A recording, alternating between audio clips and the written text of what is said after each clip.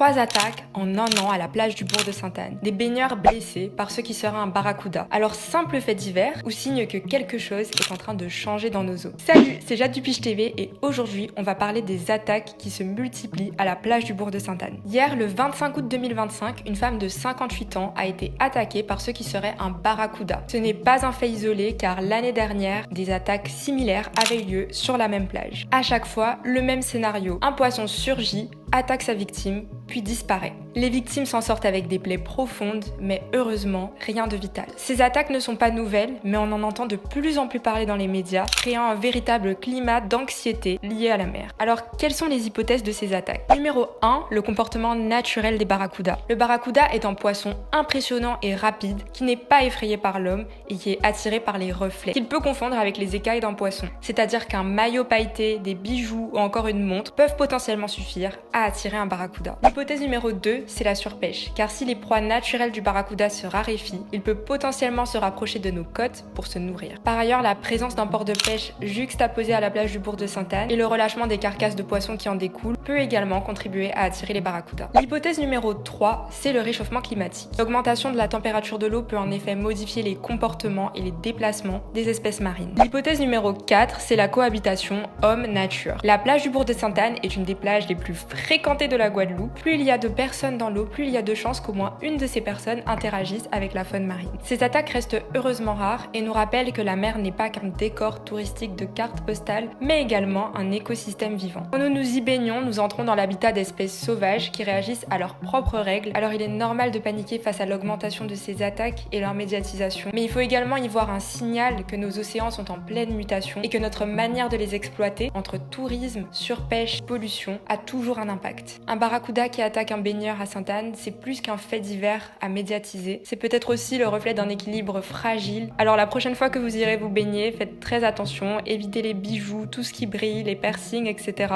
Mais repensons également notre rapport à l'océan pour continuer à profiter de nos plages pendant encore des années sans danger. C'était Jade du Piche TV et on se retrouve bientôt pour un prochain décryptage.